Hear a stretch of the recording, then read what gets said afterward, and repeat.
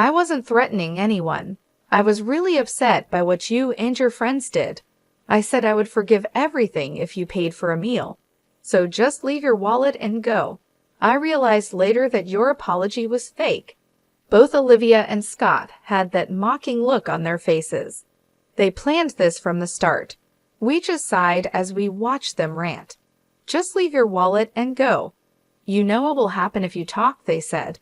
Scott is higher up than Larry at work. I just smiled at their words. If they were going to be like that, I wasn't going to hold back. Are you sure about this? You'll regret it, I warned them.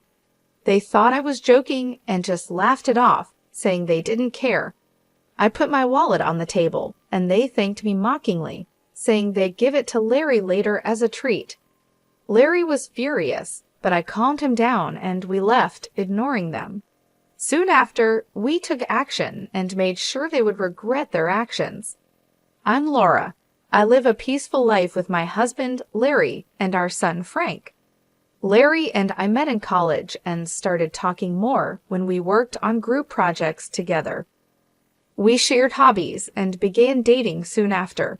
We got married 5 years after graduating. A few years later, we had our son. Larry works in sales and is well respected at his company, though he had a tough start. He admires his father, who managed a company, and Larry wanted to follow in his footsteps in sales. I still get tough feedback, but I want to be like my dad. When Frank was born, my in-laws really helped us out. My mother-in-law went to cooking school and now works as a hostess at a famous restaurant. Her husband works with her, handling the business side. Their advice is always to do your best in whatever you're doing at that moment. I've always liked design. While working in administration, I used to draw for fun. This hobby became useful as I started taking freelance web design jobs. The projects got bigger over time. Then today, Larry came to me with an idea. Hey Laura, our company needs a designer. Want to try it? I really like your designs. It'll be busy, but I'll help you. What do you think? Your designs have a special warmth, he said. At first, I was unsure, but my father-in-law, who was visiting, agreed with Larry. With their encouragement, I decided to work on a design. Once I started, I was determined to do well. Larry and I worked together to come up with the best design. It took some time, but I finally made a design I was proud of. To my joy, they chose my design, and it sold really well. Larry and I were thrilled when we heard the news.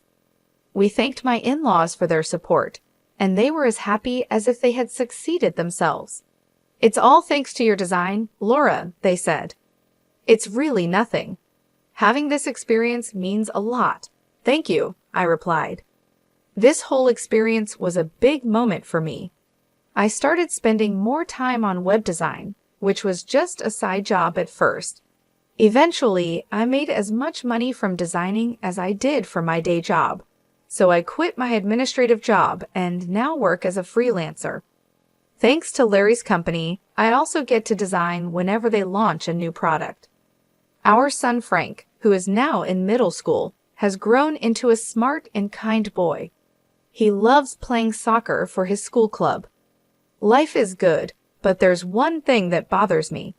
It's about Olivia, whose son Kevin is in the same soccer club as Frank. Frank and Kevin are great friends, and they even ended up in the same class this year and often spend weekends together. Frank talks about Kevin a lot. Kevin came over to our house once, and he was very polite. I was happy Frank had such a good friend. However, Olivia can be a bit too much sometimes. I first met her during the school's open house. It was obvious right away that she was Kevin's mom. Kevin, you are definitely Mama's pride and joy, she said. Mom, stop, it's embarrassing, Kevin replied. After the class, during the break, Olivia loudly exclaimed, making Kevin embarrassed. I thought she seemed like a loving mom, but that wasn't quite true. Really, Kevin is by far the best. The others just seemed to be playing around during their presentation, she said loudly. The room went quiet. Kevin looked annoyed and said, "Didn't I tell you to stop?" Everyone took their presentation seriously. I couldn't help but wonder if her comment was really appropriate. Soon after, the parents had to leave for another meeting and started to leave the classroom. Frank, you did well in your presentation. You have club activities today, right? I said, yeah. Frank replied, do your best. I'm going to make your favorite hamburger steak for dinner. Really? Awesome, Frank said happily. Before leaving the classroom, Frank talked to me, and the other kids told him he was lucky to be getting hamburger steak for dinner. I felt relieved seeing Frank handle the situation smoothly. At the parent-teacher meeting, we could sit anywhere, so I chose a corner seat. That's when Olivia approached and started talking to me. Aren't you Frank's mother? She asked suddenly.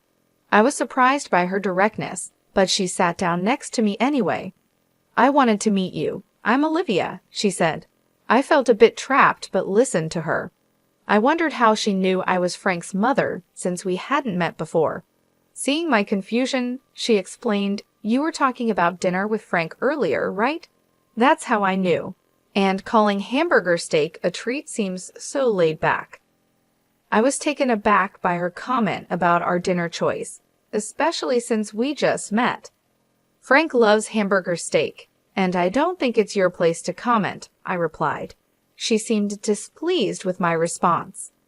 Well, that's true. My husband works at a major company, so he doesn't quite get the ordinary tastes, she said. When she asked where my husband worked, I didn't engage further and just brushed her off. Fortunately, the meeting started and we settled down. After the meeting, she asked if I wanted to grab some coffee. I tried to decline a few times, but she insisted, saying, come on, it's just some mom friends bonding. Besides, Kevin and Frank are good friends. I felt I had little choice and agreed. We exchanged contact information and went for coffee. During coffee, she talked a lot about her wealthy life and her husband. Since then, she invited me for coffee several times a month. Although our kids got along, I wasn't too happy about it but went along. One time when I declined, she hinted, you know, my husband knows a lot of people, even Frank's club coach. It felt like a subtle threat, so I maintained the reluctant friendship with Olivia. What shocked me further was finding out that Olivia's husband worked at the same company as Larry. I nearly spit out my drink in surprise when I found out Olivia's husband worked at the same major company as Larry. She had mentioned it was a major company, but never specified which one. I hadn't thought it would be Larry's company. I learned this when Olivia came to pick up Kevin from our house today. Kevin had been over to play, and I had planned to just meet Olivia at the door, but she came inside since the kids were still there. Isn't your husband working for XYZ Corporation, Laura? She asked. I nearly choked on my tea at her question. Seeing my shocked face, Olivia seemed pleased, and I had a bad feeling about where this was headed. Why? I asked. Because I saw a business card in your room with your husband's name on it and recognized the company name, she explained. Hold on, are you saying you just went into her room? I asked, shocked. No, I didn't mean to. I was just looking for the bathroom and happened to open the wrong door, she replied. I was relieved my sons weren't around to hear this. I had given Olivia directions to the restroom, so I truly thought she was lying, but I had only told her verbally, so I couldn't really push back too hard. Indeed, in Larry's room, he has business cards for work. I designed the business cards for Larry's company, so there are several different types, and he had some displayed under a desk protector. She must have seen those. Stunned and at a loss for words, Olivia approached and said, I really don't like you two. Her previously friendly demeanor had vanished, and her eyes were now sharp and piercing as she glared at me. Do you enjoy taking work away from other people's husbands? She accused. Excuse me? I replied, not understanding her implication. She threw out one last barb. Well, whatever. Just remember, I'm gonna make sure you regret this. I was speechless and later recounted everything to Larry. So Scott's wife is Laura's friend, he said, surprised. It seems so. It must be a coincidence, but she seemed to have some sort of grudge against us, I said. Who's this Scott guy? I wondered aloud. Larry took a deep breath and started explaining. I don't think it's right to talk about such things, but Scott works in the planning department. He's very assertive. Larry explained that the product planning department creates products and works with the sales team to make money. Scott is a key figure in planning and is known for strongly believing in meritocracy, meaning a lot depends on whether he is interested in something or not. Working with him can be great or terrible, people say. I still don't understand why Olivia dislikes us so much. Yeah, I'm not sure either. I don't really know Scott well. I replied, sorry for dragging you into this mess. It's okay, but what about Frank and Kevin? It's not good for the kids to be close if their parents are at odds, I said. Yeah, I'll try to find out more, I promised. A few days later, Olivia called me. I felt anxious but answered. She sounded much more apologetic than before. I'm so sorry about the other day. I was just stressed about my husband's work not going well, she explained. I listened because she sounded sincere. She apologized and suggested that since our husbands work together, we should try to get along. How about we all go out for dinner? She proposed. Considering her past behavior, I was hesitant but thought of our children's friendship and decided to give her the benefit of the doubt. That's fine. Thank you. I'll arrange the place and let you know the details later, she said, sounding pleased as she ended the call. The day came, and we went to the restaurant Olivia had chosen, known for its seafood. However, Olivia and her husband were nowhere to be seen. I tried calling her. When I mentioned my name to the receptionist, the staff member looked concerned. I was shocked when the receptionist told us, I'm sorry, but the reservation is only for 3 people. What? Larry and I were confused. What was going on? I asked the staff member to wait and immediately called Olivia. Hello, Olivia. The restaurant just told me the reservation is for 3 people, I said. She laughed and told us to wait a moment. Soon, Olivia and a man walked in. Larry recognized him. Scott, good to see you, he said. That's when I realized the man was Scott. Olivia and Scott were smiling broadly, which gave me a bad feeling. I'm sorry, I made a mistake with the reservation, Olivia said casually, which annoyed me. Then she said something even more shocking. Well, mistakes happen, but let's not waste the food, right? What are you getting at? I asked. Look, Larry, I'm soon going to be the head of the planning department. You're doing well in sales, but you're still a newbie. If you don't want things to go sour, you might want to listen to what I have to say, Scott said. Are you threatening us? I asked. It's not a threat, Olivia interjected. Laura and you have hurt me deeply. I'm offering you a way to make amends. Just leave your wallet and go. I realized then that the apology was indeed a lie. This was their intention from the start. We saw it as we watched them argue. Look, just leave your wallet and get out. By the way, you do know what will happen if you tell anyone about this, right? Scott's higher up than Larry, after all, Olivia said. At that, I couldn't help but smile. If they're playing it that way, there's no need to hold back anymore. All right, but are you guys sure about this? You're going to regret it, I said. They might have thought I was bluffing because the 3 burst into laughter. Like we care, they said. I took out my wallet and placed it on the table. Seeing that, the 3 sneered at me. We'll give Larry his wallet back later. Thanks for the treat, then, Olivia said. Larry looked furious and clenched his fists, but I calmed him down and we left the room, ignoring the 3. We quickly took action. They were the ones who were going to regret this. Yeah, can't let people who pull stunts like this go unpunished, I thought. Later, a call came in on my phone. Recognizing the number, I answered with a smile. Ah, Laura, looks like we're almost done here, I said. I handed the phone to Larry. After a quick talk, he hung up.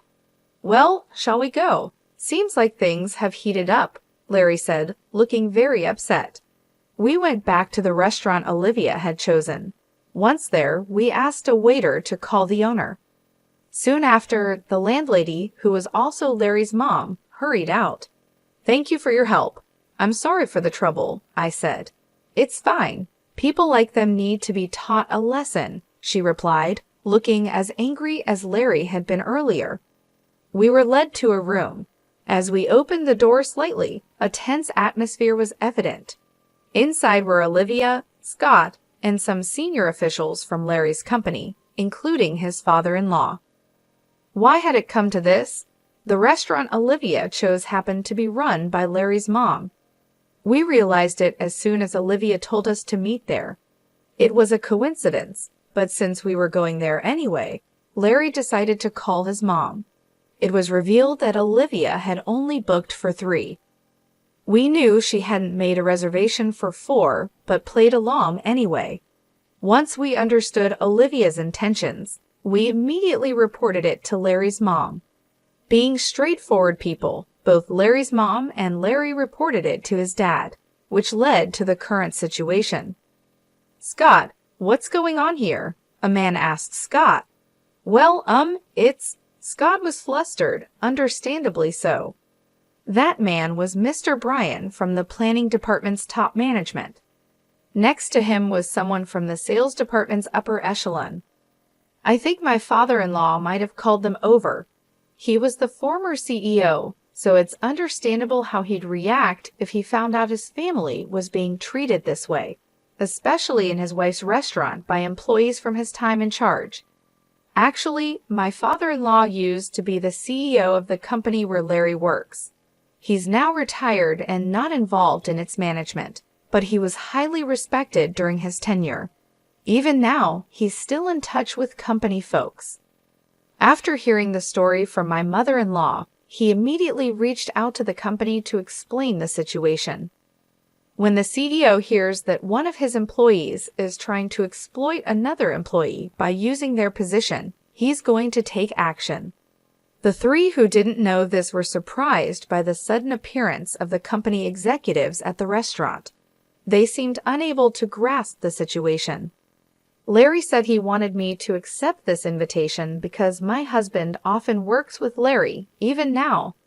I was shocked by the clear lies coming out of their mouths. They showed no regret, and I wondered if they didn't realize that such obvious lies would eventually be exposed. Just then, to interrupt Scott, Larry entered the room. To the surprise of Olivia and Scott, Larry politely said, "Excuse me." Scott glared at Larry as soon as he saw him. We understood the situation completely, but for Olivia and Scott, it must have been confusing. Before Scott could respond, my father-in-law spoke up. "I'm the former CEO, Andrew. I'm retired now and have handed over the company to Mr. Bryan here," he explained. "By the way, Larry is my son, but he didn't get his job at the company through any connections of mine. In fact, I wasn't involved in his hiring at all. And I should mention that this restaurant is run by my wife." Hearing my father-in-law's explanation, Olivia and Scott seemed to finally understand the situation, and their faces turned white instantly. Olivia let out a sigh, almost without words, and Scott was shaking uncontrollably. Olivia, looking incredulous, seemed more flustered than I'd ever seen her. "Let's cut the small talk and discuss the matter at hand," said my father-in-law.